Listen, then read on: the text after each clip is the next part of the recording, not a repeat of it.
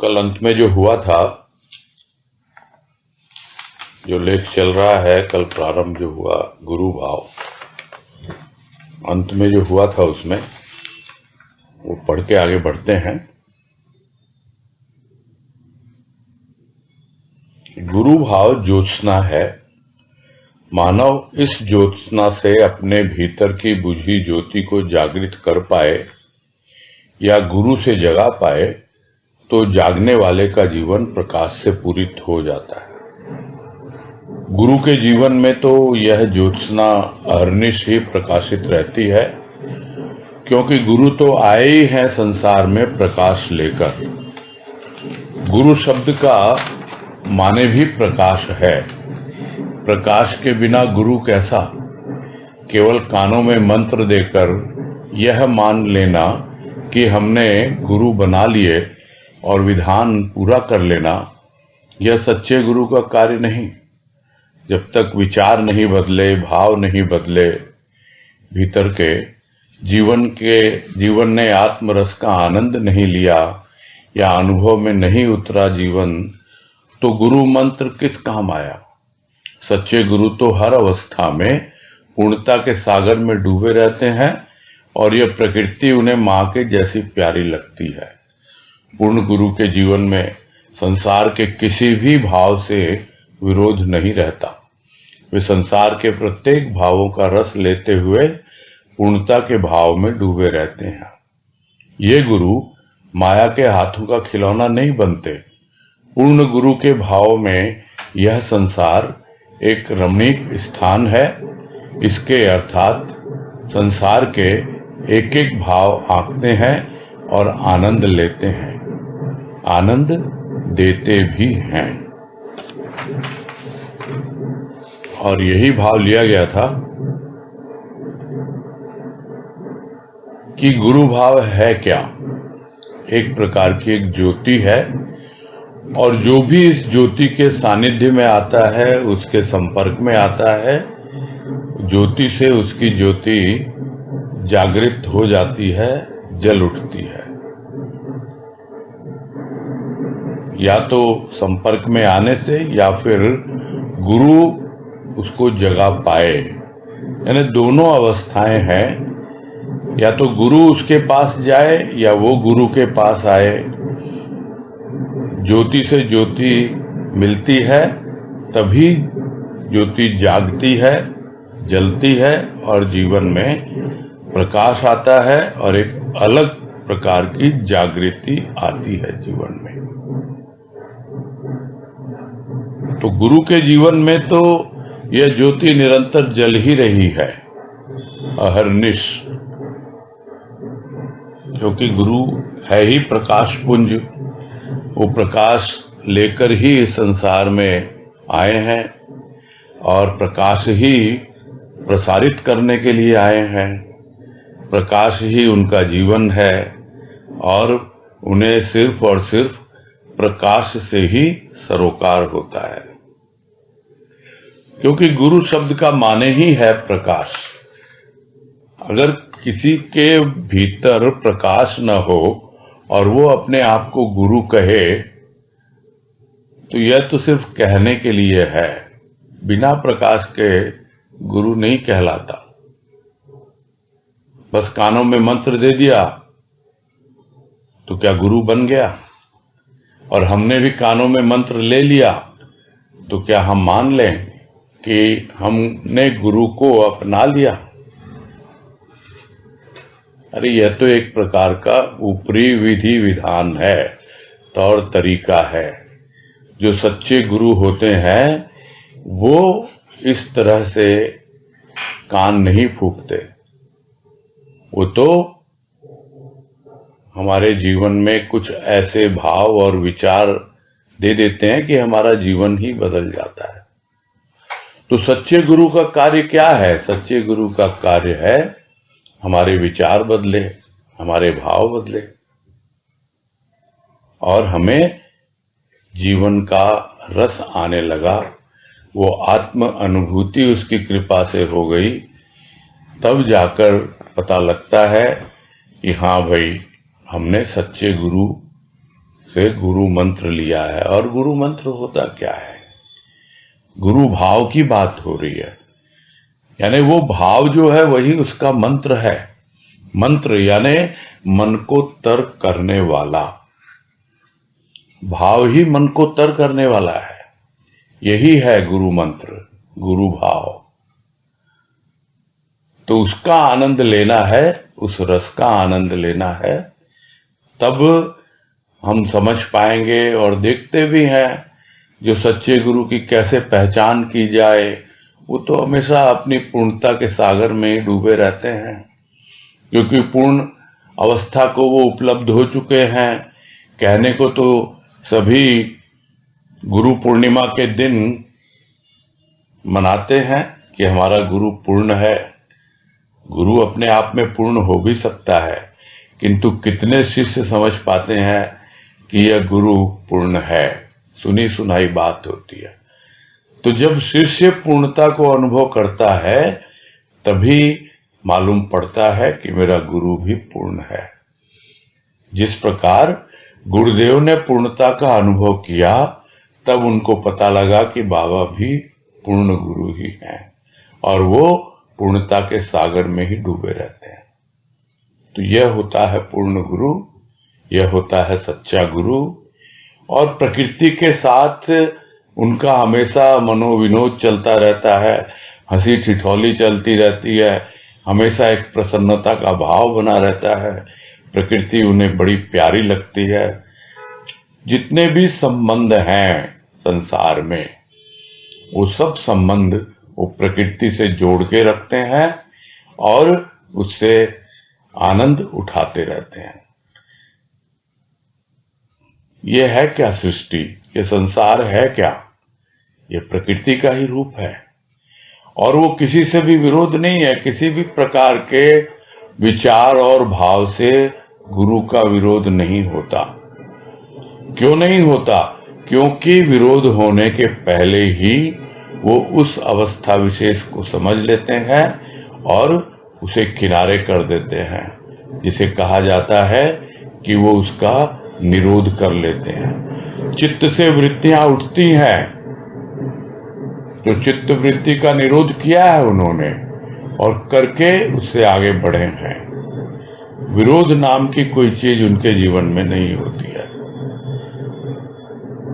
और ये बात भी कल भी आई, और ये बहुत सहज है जीवन को समझने के लिए, अपने जीवन को और गुरु के जीवन को, कि वास्तव में हम जब तक किसी के विरुद्ध होंगे, कोई भी हमारा विरोधी होगा या और आगे जाए तो शत्रुता पाल लेंगे हम उससे। तो किसी से दोस्ती भी नहीं, किसी से वैर भी नहीं, यही कबीर ने कहा।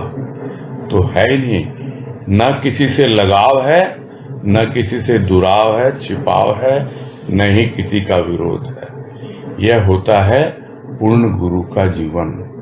और प्रत्येक भावों का आनंद उठाते हैं वो, सब तरह की बातों को देखते हैं, सुनते हैं, और हमेशा अपने पूर्णता के भाव में ही डूबे रहते हैं।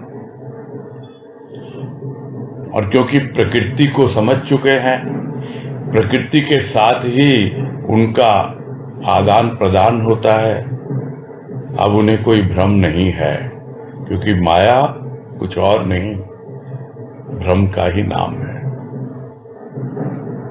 यह है सच्चे गुरु की पहचान। नहीं तो तथाकथित गुरु वो रुपये पैसे के लिए, माया के लिए न जाने क्या क्या करते हुए दिखते हैं, और इस प्रकार वो अपने जितना भी उनका ज्ञान है, आध्यात्मिक ज्ञान या भौतिक ज्ञान, वो सब कुछ माया के हाथों गिरवी रख देते हैं, और माया उनको खिलौना बना के नचाती रहती है। किंतु ये गुरु यानी सच्चे गुरु, ये माया के हाथों का खिलौना नहीं बनते। ये गुरु यानी पूर्ण गुरु, उनके भावों में हमेशा यही रहता है कि यह सृष्टि यह संसार, यहाँ पर मैं आनंद उठाने के लिए आया हूं। और गुरुदेव तो कहा भी करते थे कि तुम आनंद लोक से आए हो, आनंद उठाने के लिए आए हो, और एक दिन आनंद मनाते हुए आनंद लोक में ही वापस पहुंचना है।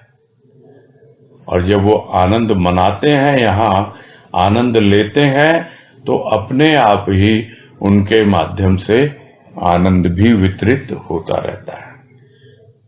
तो प्रत्येक भावों को, छोटे छोटे भावों को, संसार के भावों को देखते हैं, सुनते हैं, समझते हैं, उसका आनंद उठाते हैं, और उसी के आधार पर संसारी प्राणियों को भी आनंद का वितरण करते हैं। तो ये है एक सच्चे गुरु की और एक पूर्ण गुरु की पहचान। आज है गुरु भाव हृदय की विशालता है। उनके भाव में कोई भी वस्तु छोटी बड़ी नहीं। संसार का एक एक कण सृष्टिकर्ता की रचना है, संपत्ति है। गुरु पूर्ण भाव लेकर आए जगत में, यह भी सृष्टिकर्ता का ही भाव है। सृष्टिकर्ता ने रचना करी सृष्टि की, और रचना करके इसमें किसी भी प्रकार के भावों की कमी नहीं रखी। कर्ता ने अध्यात्मवाद के अनुभवों के लिए गुरु को संसार में भेजा। कर्ता ने संसारियों के लिए भोगों के साधन बनाए, अन्य जीवों के लिए उनके आहार विहार के साधन बनाए। सृष्टिकर्ता ने सृष्टि रचना में कोई कमी न रखी।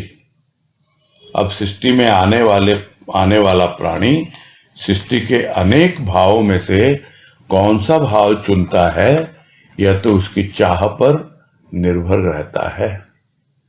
गुरु भाव संसार से चुनना नहीं, सत्य है, यथार्थता है।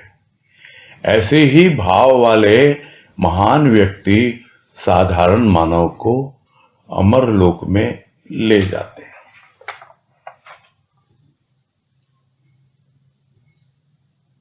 अब शीर्षक ही है गुरु भाव, और यह शब्द हमें बार बार यहां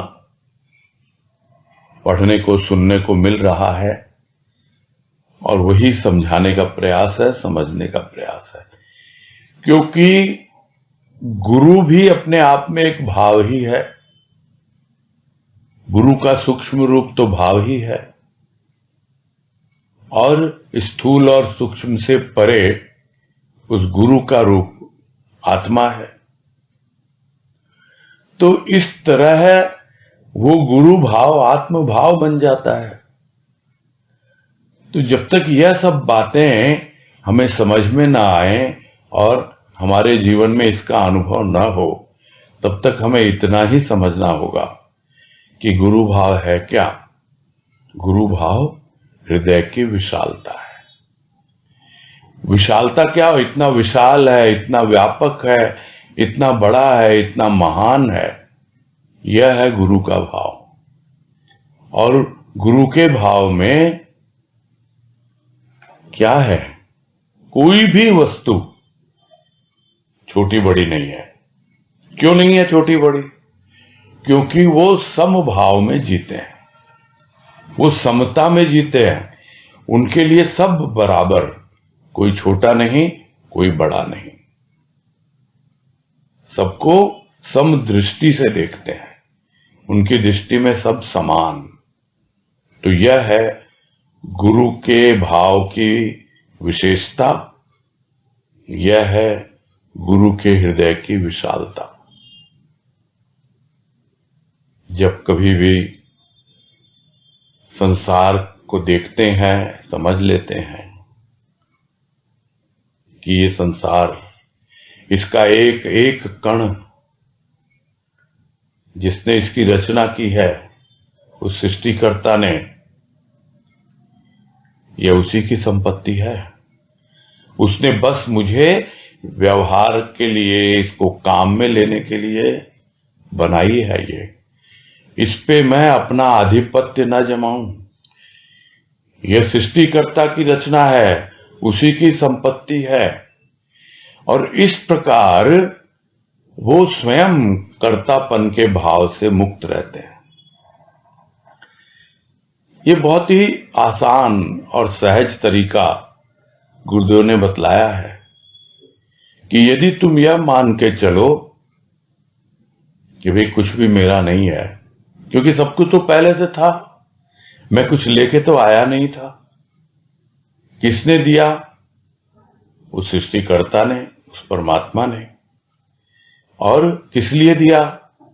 इसका उपभोग करने के लिए या फिर उपयोग करने के लिए।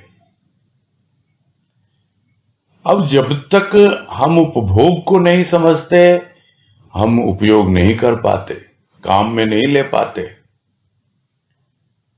हम हर एक चीज को अपने आप में ही, अपने कब्जे में ही रखना चाहते हैं, और यही सबसे बड़ी समस्या होती है कि ये मेरी संपत्ति है कि नहीं, तो मैं इस पे कब्जा कैसे करूंगा।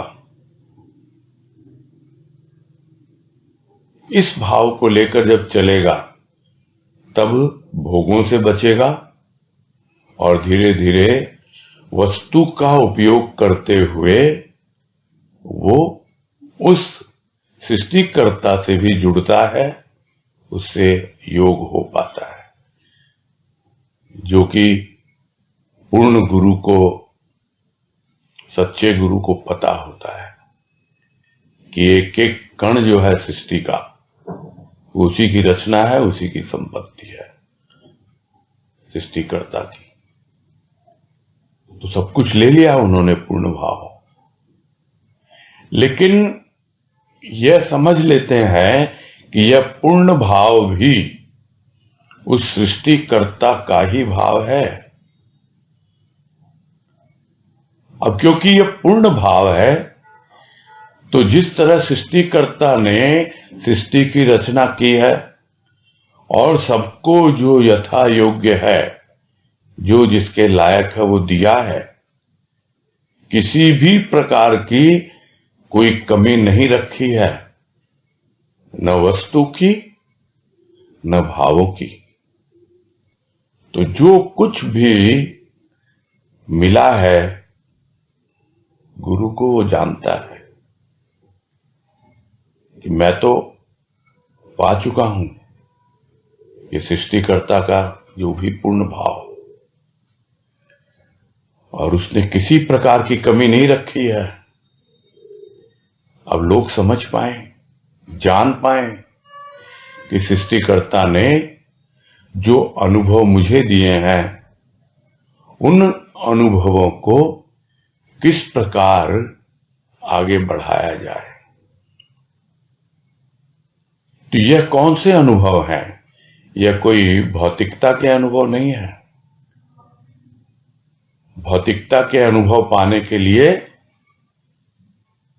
हमें भौतिक ज्ञान प्राप्त करना पड़ता है। कोई अगर डॉक्टर बनना चाहता है, कोई इंजीनियर बनना चाहता है, तो उसी के अनुसार उसे आगे बढ़ना पड़ता है। यह है भौतिक विद्या। अध्यात्म विद्या जो होती है, वो उसको लेने वाले, उसको चाहने वाले जो भी होते हैं, वही पूर्ण गुरु का वास्तव में भाव समझ पाते हैं कि गुरु भाव है क्या।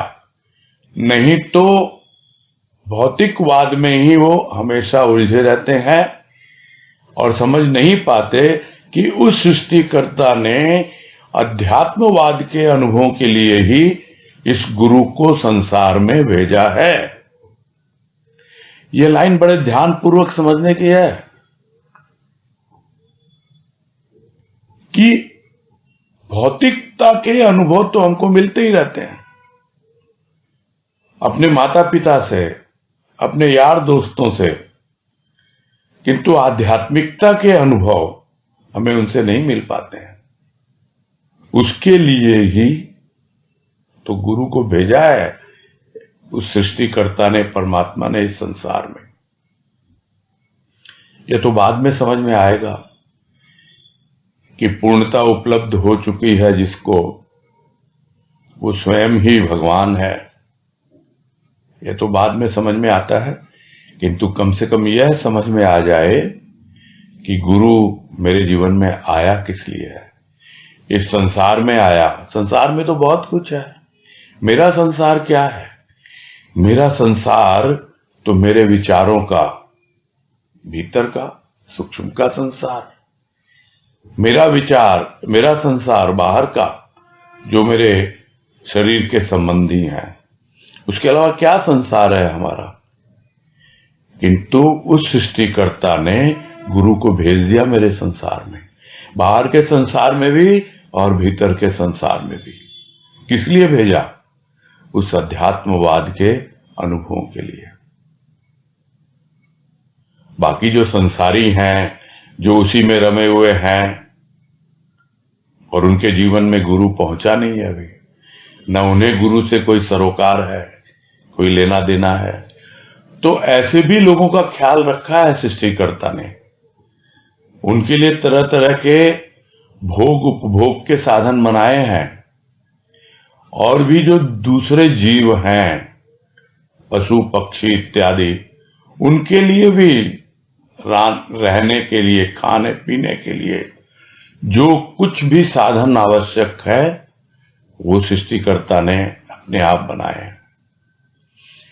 तो इन सब बातों का सार क्या है? इन सब बातों का सार यही है कि सृष्टिकर्ता ने बना दिया और एक सृष्टि का चक्र प्रारंभ हो गया।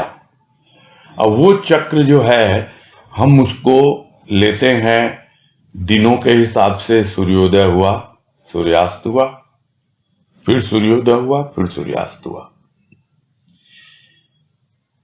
अब उसके आधार पर हम सृष्टि का चक्र समझने की कोशिश करते हैं। हम यह नहीं समझते कि कितने बार दिन रात हुए हैं, कितने ही वर्ष, न जाने कितने ही जन्म निकल चुके हैं हमारे, और सृष्टिकर्ता ने बनाए हैं। क्यों यह आवागमन बना रहा? इसलिए क्योंकि सर्वप्रथम तो हमें मानव का जीवन नहीं मिला था, और मानव का जीवन मिलके भी यदि हम साधारण संसारियों की तरह भोगों के साधन में ही लगे रहे, तो फिर गुरु आता है उसके जीवन में, संत आता है, सत्संग मिलता है, और जब मिलता है तब उसे समझ में आता है कि मुझे तो आध्यात्मिक अनुभवों की ओर आगे बढ़ना है। तो सृष्टिकर्ता ने किसी के लिए कोई कमी नहीं रखी है। यह तो जो सृष्टि में आने वाला प्राणी है, वो कौन सा जीवन चुनता है, कौन से भाव विचार चुनता है, तो यह तो उस पर निर्भर करता है। उसकी क्या चाह है, क्या इच्छा है उसकी, और वो चाह, वो इच्छा, वो निर्भर करती है उसके नेचर पर। नेचर यानी प्रकृति। उसकी प्रकृति निर्भर करती है उसकी प्रवृत्ति पर। प्रवृत्ति यानी किन सब चीजों में वो प्रवृत्त होता है। जिन चीजों में प्रवृत्त होता है, वैसी ही उसकी प्रकृति बनती रहती है, बदलती रहती है, क्योंकि प्रकृति परिवर्तनशील है। स्थूल प्रकृति भी, सूक्ष्म प्रकृति भी। तो चाह है क्या? सूक्ष्म प्रकृति है, वो बदल जाती है। कब? जब वो जिन चीजों में प्रवृत्त रहता है, प्रवृत्ति के आधार पर। और नीचे अगर जाएं गहराई में, तो प्रवृत्ति कहां से आती है? प्रवृत्ति आती है वृत्तियों से, चित्त वृत्तियों से, जिसमें संस्कार जमे हुए हैं। तो एक तो हमारे पूर्व जन्म के संस्कार और एक इस जन्म के संस्कार, यह दोनों मिलकर ही हमारे जीवन को आगे बढ़ाते हैं। तो यह हमारे ऊपर निर्भर करेगा हमें क्या चाहिए इस जीवन से। तो यही कह रहे हैं, कैसे भाव चाहिए उनको, कैसे विचारों में वो जीना चाहते हैं, यह तो उस पर ही निर्भर करता है कि हमको क्या चाहिए इस मानव जीवन में। तो गुरु भाव क्या होता है? गुरु भाव यह नहीं है कि इस दुनियादारी से हमें कुछ चुनना है, संसार से कुछ चुनना है, नहीं। गुरु भाव हमें अपनाना है, चुनना नहीं है। चुनेगा तो वो हमारा गुरु हमको, उसने चुन लिया, हम उसके हो गए। अब हमें कोई चुनाव नहीं करना, हमें तो उस सत्य को, उस यथार्थता को जो भाव के रूप में हमें अनुभव में आ रहा है, उसको अपनाना है। तो इस तरह का भाव लेकर जो गुरु के भाव के साथ जुड़ता है, तो वैसे ही भाव वाले महान व्यक्ति साधारण मानव को भी ऐसे लोक तक पहुंचा देते हैं।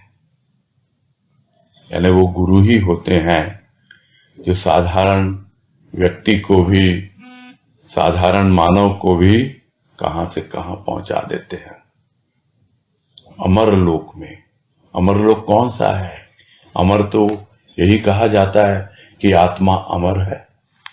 यानी वो भाव, गुरु भाव जो शुरू में अभी बात हुई, वो आत्म भाव बन जाता है, हमें उस अमर लोक आत्म भाव तक पहुंचा देता है। आगे है, कहने को, मानने को कहा जाता है कि हमें पूर्ण गुरु मिल गए, किंतु गुरु तो कोई शरीर नहीं, गुरु कोई भगवा वस्त्र नहीं। गुरु ने शरीर अवश्य धारण कर रखा है, किंतु उनके भीतर की ज्योति, भीतर का तेज, भीतर की शक्ति ही गुरु है। गुरु तो सत्य की जीती जागती ज्योति है। हां, उस दिव्य भाव को धारण करने के लिए शरीर तो आवश्यक है। जैसे वस्तु के लिए पात्र आवश्यक है, ऐसे ही शरीर में ही तो गुरु भाव उतरता है। जैसे मिट्टी के दीपक में ज्योति जलती है, पूजा मिट्टी के दीपक की नहीं, पूजा उस ज्योति की है। प्रकाश फैलाने वाली तो ज्योति है, मिट्टी का दीपक नहीं। ज्योति जो है, और यह ज्योति पूजनीय भी है। गुरु भाव प्रदर्शनीय नहीं, यह तो भीतरी गुप्त धन है। जितना भाव भीतर में आता है, उतनी उतनी मानव के जीवन में सरलता, सौम्यता, प्रसन्नता, गंभीरता आती जाती है। यहां गुरु भाव के लिए अनुभव और अनुभूतियों का स्थान बन जाता है हृदय में। यही जीवन यदि संसार में रत है तो जीवन साधारण जीवन है, और यही जीवन यदि गुरु भाव का अनुयायी बन गया तो जीवन की कीमत होने लगी। अनमोल जीवन का मोल गुरु भावों से ही होता है। जब मानव अपने मैं को देकर गुरु भावों को अपनाता है। मीरा ने भी यही कहा कि मैंने गिरधर को मोल खरीदा है अपना बाजू बंद देकर। ऐसे ही मानव अपने आप को देकर ही गुरु भाव को पाता है।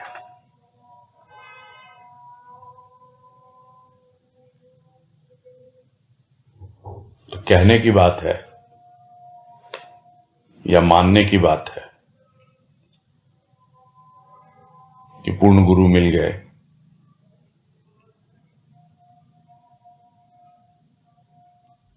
कहा भी जाता है, माना भी जाता है। हम कहते हैं हमको पूर्ण गुरु मिल गए, हम मानते भी हैं कि पूर्ण गुरु मिल गए, किंतु हमें समझना होगा कि जो पूर्ण गुरु है वो है कौन, वो है क्या। तो यही समझा रहे हैं, गुरु तो कोई शरीर नहीं है। कोई शरीर से समझे कि यह गुरु है, नहीं। गुरु कोई उसकी वस्त्रों की पहचान नहीं है कि किसी ने भगवा वस्त्र धारण कर लिया वही गुरु बन सकता है। ठीक है, गुरु ने शरीर अवश्य धारण किया, किंतु शरीर के भीतर है क्या? कौन देख पाता है, कौन समझ पाता है? वही देख पाता और समझ पाता है जो उस शरीर के भीतर जो भाव छिपा हुआ है वहां पहुंचने का प्रयास करता है। और वो कैसे होता है? वो होता है उसकी आंखों के द्वारा। जो बातें बाहर बाहर आती है कि गुरु की आंखों में देखें, वो खुद उनका आह्वान है, मेरी आंखों में देख।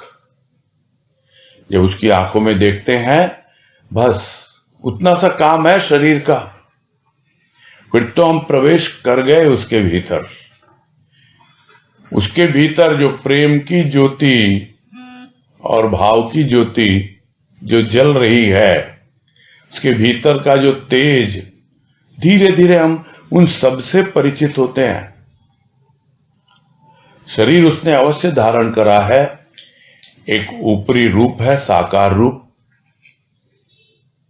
किंतु उसके भीतर जो ज्योति है, जो तेज है, जो शक्ति है, वही तो है। किस पर आधारित है वो सब? सत्य पर आधारित है।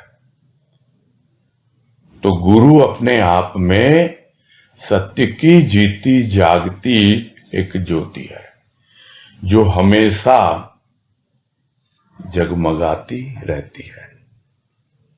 कोई यह न समझे कि ज्योति थी, नहीं, ज्योति है और रहेगी, क्योंकि ये एक ऐसी ज्योति है जो सत्य है, सत्य की जीती जागती जो ज्योति है, और ये कभी भी मिटती नहीं है। ठीक बात है, उस ज्योति को, उस दिव्यता को धारण करने के लिए शरीर तो चाहिए ना।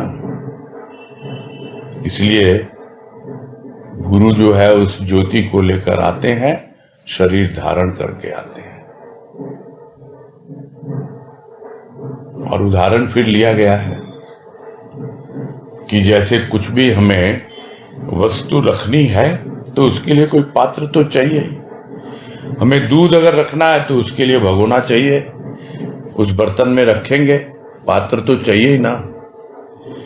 तो मोल किसका है?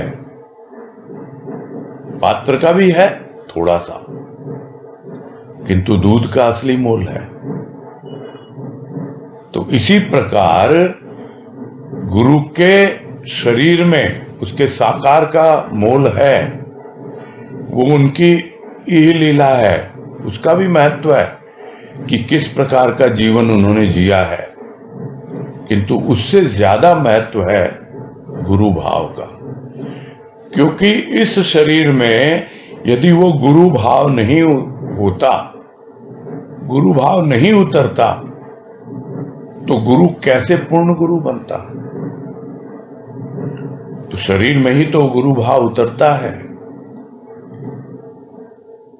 भाई मिट्टी का दीपक है, मिट्टी एक पात्र है, दीपक उसका नाम है, और उसमें जल रही है ज्योति। तो जब हम पूजा करते हैं तो क्या हम उस मिट्टी के दीपक की पूजा करते हैं, और या फिर हम पूजा करते हैं उस ज्योति की पूजा करते हैं? तो हम सबको पता है बिना ज्योति के उस दीपक का कोई महत्व नहीं है। तो पूजा जो है उस ज्योति की है। क्यों? क्योंकि प्रकाश तो ज्योति ही फैलाती है ना, मिट्टी का दीपक तो प्रकाश नहीं फैलाता। ठीक है, बिना मिट्टी के दीपक के आधार पर वो ज्योति भी अपना प्रकाश नहीं फैला सकती। इसलिए उस मिट्टी के दीपक का भी महत्व है, इसीलिए साकार का भी महत्व है, किंतु हमें ध्यान देना है उस ज्योति की ओर जो निराकार है। तो ज्योति जो है, और यह ज्योति आज भी है और पूजनीय भी है। पूजने योग्य है। पूजा करते हैं तो उस ज्योति की पूजा करें जो भीतर दिव्य भाव प्रज्वलित है गुरु का, उसकी पूजा हो रही है। यह कोई प्रदर्शन के लिए नहीं है। गुरु भाव एक ज्योति के रूप में है, पूजनीय है, प्रदर्शनीय नहीं है, कोई दिखाने का नहीं होता है। अरे यह तो भीतर अपना बचा के रखना, संभाल के रखना है। यह तो गुप्त धन है जो हमारे भीतर गुरु की कृपा से आया है। और जितना जितना हमारे भीतर गुरु का भाव आता जाता है, उतना उतना हमें अनुभव में आने लगता है। तो मानव के जीवन में अपने आप ही सरलता, सौम्यता, प्रसन्नता, गंभीरता आती जाती है। यहां आती जाती से मतलब यह नहीं है कि आती है और चली जाती है, ऐसा नहीं है। आती रहती है, बढ़ती रहती है, जाती नहीं है, टिकी रहती है। सरलता आई, सहज हो गया। सरलता क्या करती है जीवन में? हमको भटकने से रोकती है। पहले जीवन में बड़ी वक्रता थी। वक्रता यानी टेढ़ा मेढ़ा। एक होती है सरल रेखा, एक होती है वक्र रेखा जो टेढ़ी मेढ़ी चलती है। तो जो टेढ़ा मेढ़ा चलेगा उसको अगर अपने लक्ष्य तक पहुंचना है तो बहुत समय लग जाएगा उसको। भाई हम एक सिरे पर हैं और दूसरे सिरे पर हमारा प्रभु है, और दोनों के बीच की जो दूरी है वही तो हमें पूरी करनी है। हमारा लक्ष्य क्या है? वही है। और उसके लिए हमने गुरु भाव को अपनाया है। और यदि हमारे भीतर सरलता नहीं आई तो दो बिंदुओं के बीच में सबसे कम दूरी कौन तय करेगा? ये ज्योमेट्री की बहुत सिंपल थ्योरी है।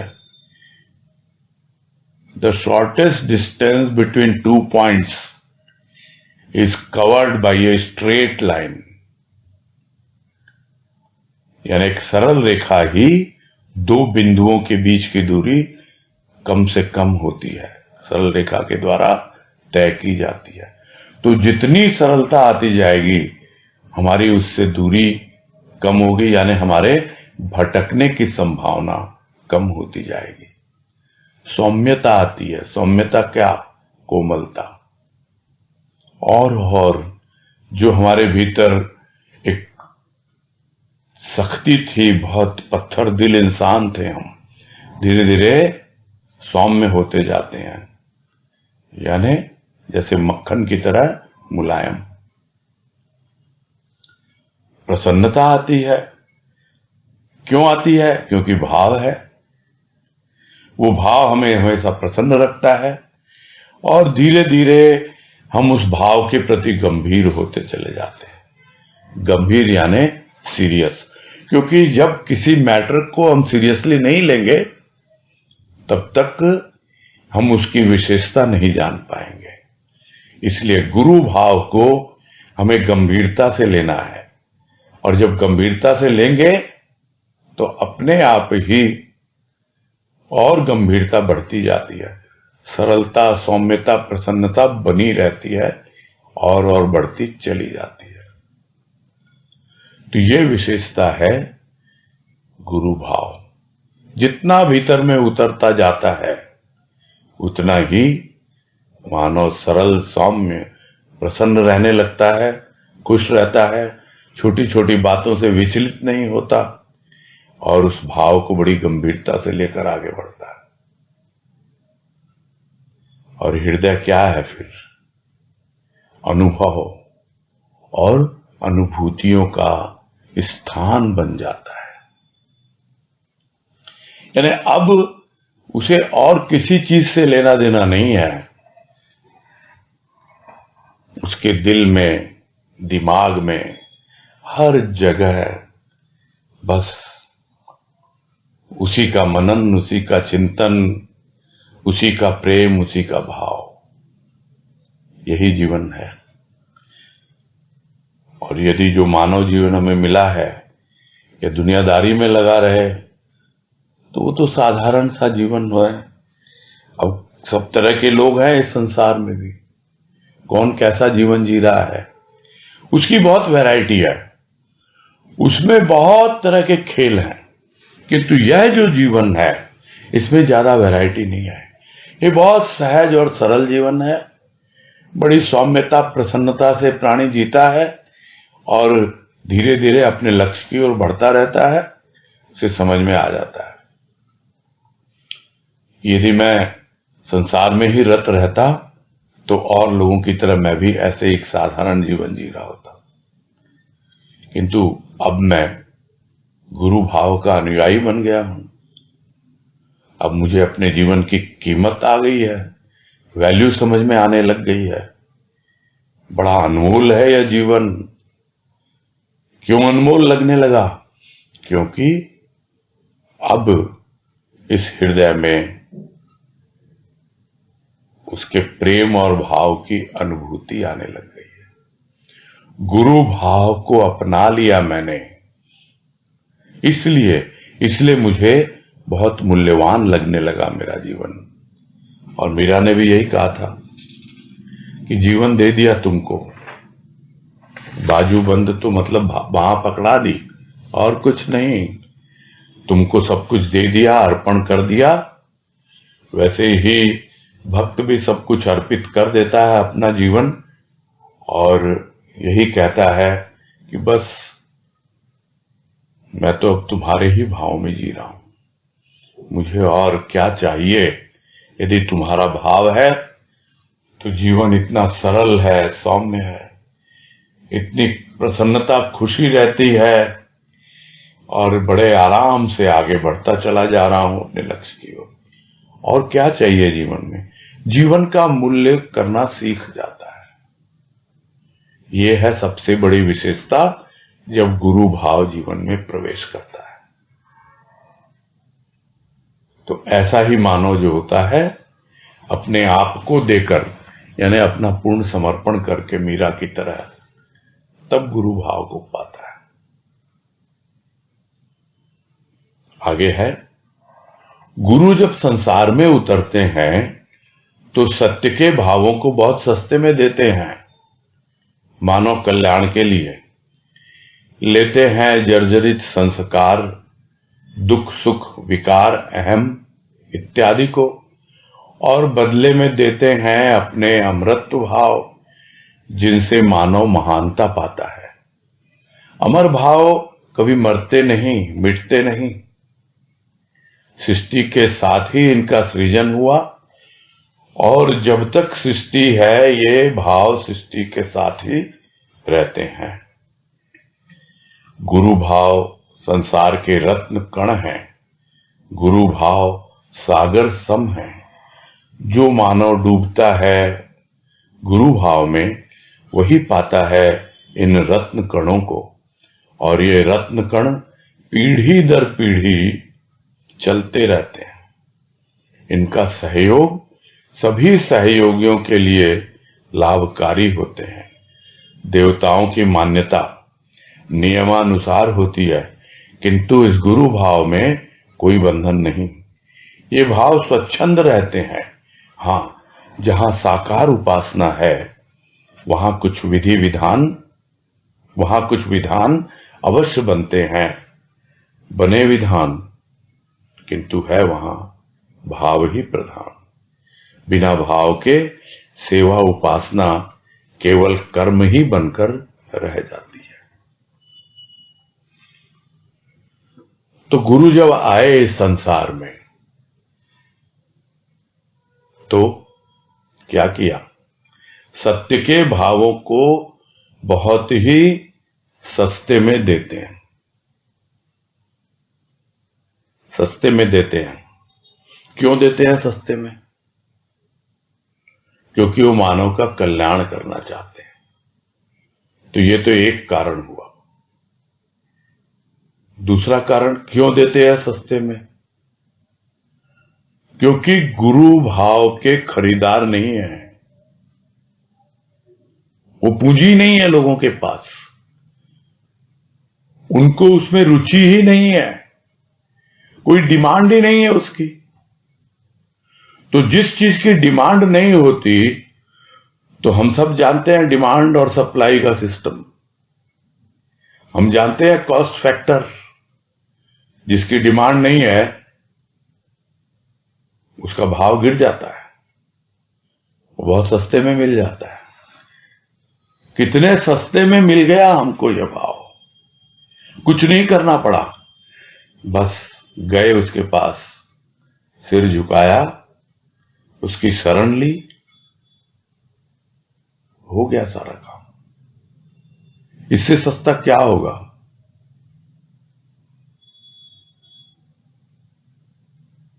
कबीर तो कहते हैं, शीश दिए भी गुरु मिले तो भी सस्ता जान। और यहां ये गुरु तो बिना कुछ दिए ही मिल गया। अब दिया या लिया पता नहीं, वो हमारा शीश यानी अहंकार लेता है या हम देते हैं, वो तो समझना बड़ा कठिन हो जाता है। किंतु इतना समझ में आ जाता है कि हमने कुछ भी उसको नहीं दिया। मीरा ने खरीदा होगा, हमने तो खरीदा भी नहीं, हमें उसका भाव मिल गया, गुरु का भाव, जो सत्य से ही ओतप्रोत, बहुत आराम से, बहुत सस्ते में मिल गया, कुछ प्रयास नहीं करना पड़ा, अनायास मिल गया।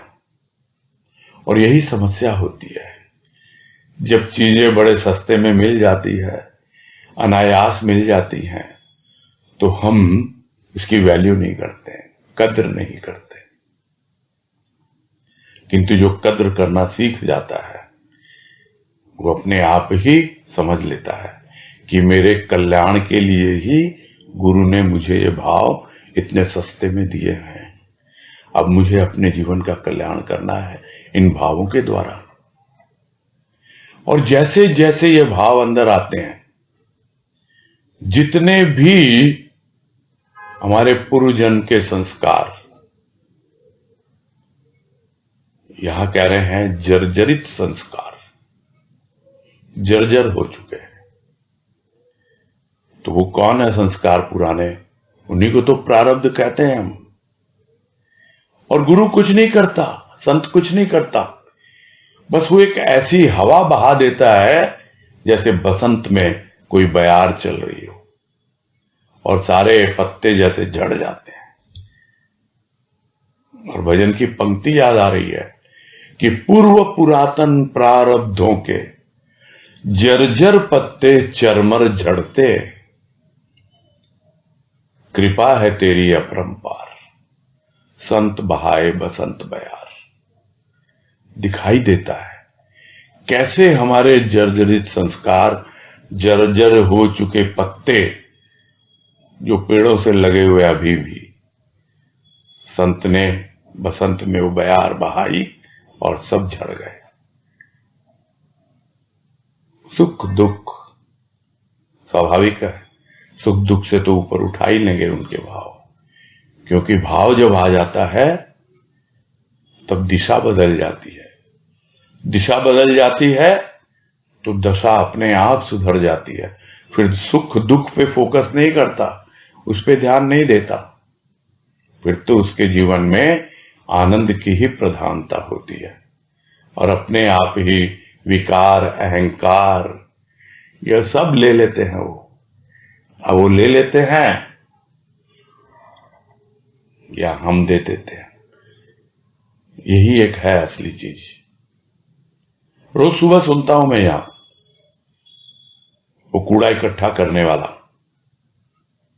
बजता रहता है, उसका माइक, गाड़ी वाला आया, घर से कचरा निकाल।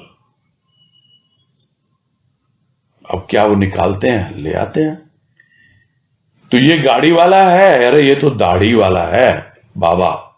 ये कहता है, अरे अपने भीतर के जितने तुम्हारे कचरा है, जर्जरित संस्कार, सुख दुख विकार अहंकार, सब दे दे मुझे तू।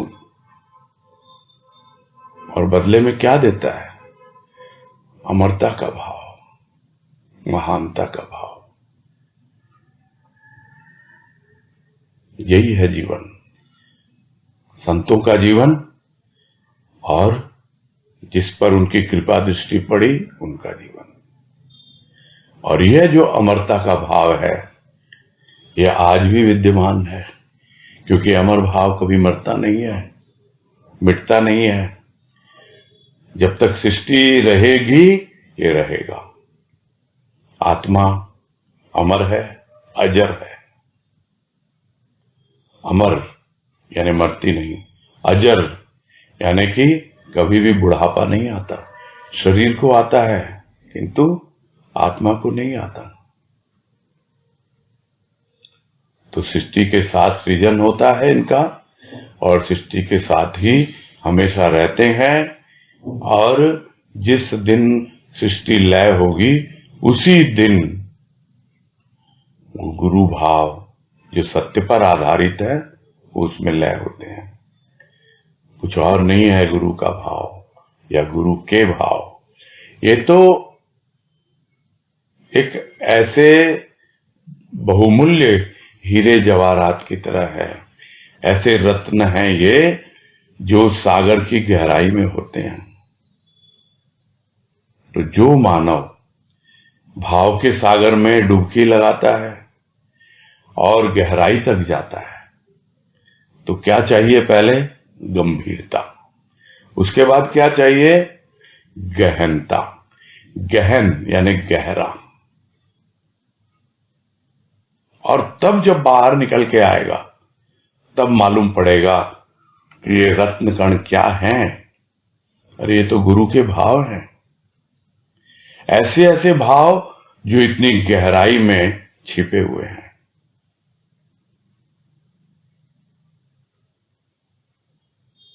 और क्या अपने पास रखेगा वो?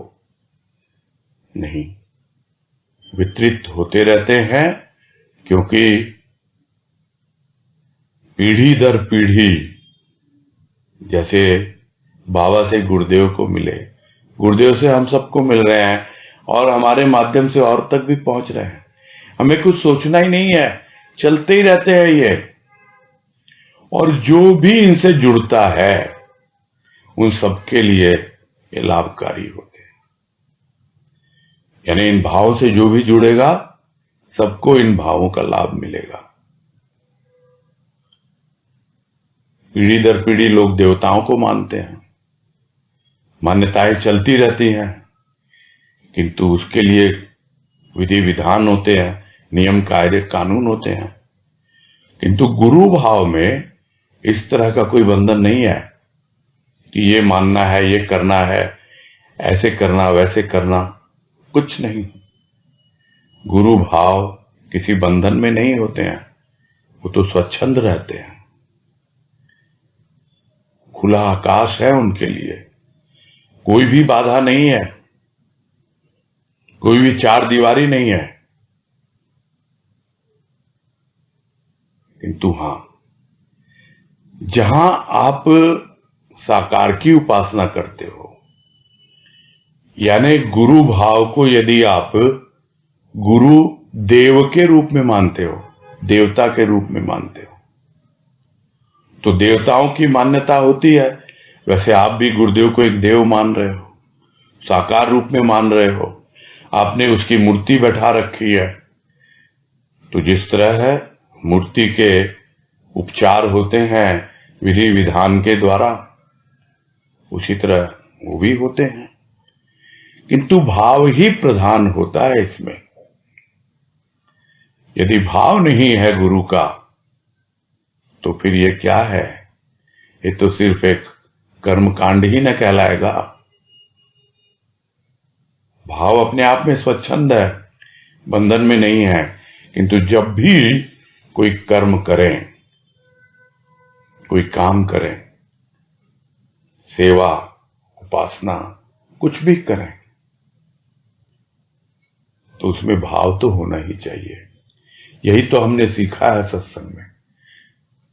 बिना भाव के नीरस है जीवन, रूखा सूखा है। जो भी कर्म हम करेंगे उसका बोझ बना रहेगा और सिर पे कर्मों का बोझ ढोते रहेंगे तो हम आगे बढ़ ही नहीं पाएंगे। और जब भाव आ जाएगा और वो भाव हमें बंधन में नहीं डालता, ठीक है, साकार का जो करना है कर लिया, बाकी निराकार की उपासना ही तो प्रमुख है, क्योंकि वही प्रधान है। बाकी सब गौण, गौण यानी एबंडेंट है, कोई विशेष महत्व नहीं है उनका, भाव ही प्रधान है।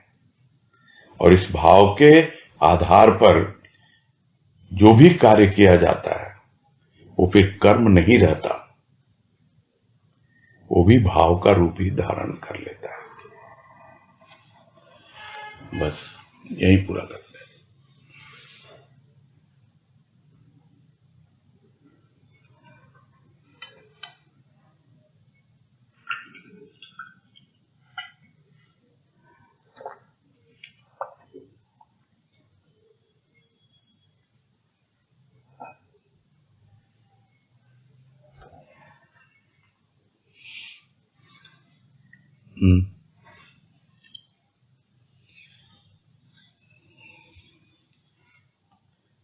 चलो ठीक है, रविवार का दिन है, छुट्टी का दिन। वैसे भी कुछ कम लोग ही ज्वाइन कर पाए हैं, जो हैं वो एंजॉय करें, अपना पूरा करते हैं। हरिओम भैया जी। हाँ, हरिओम। हरिओम सभी को, सबको हरिओम। हरिओम, सबको हरिओम। हरिओम, हरिओम, हरिओम, हरिओम, हरिओम, सबको हरिओम। हरिओम।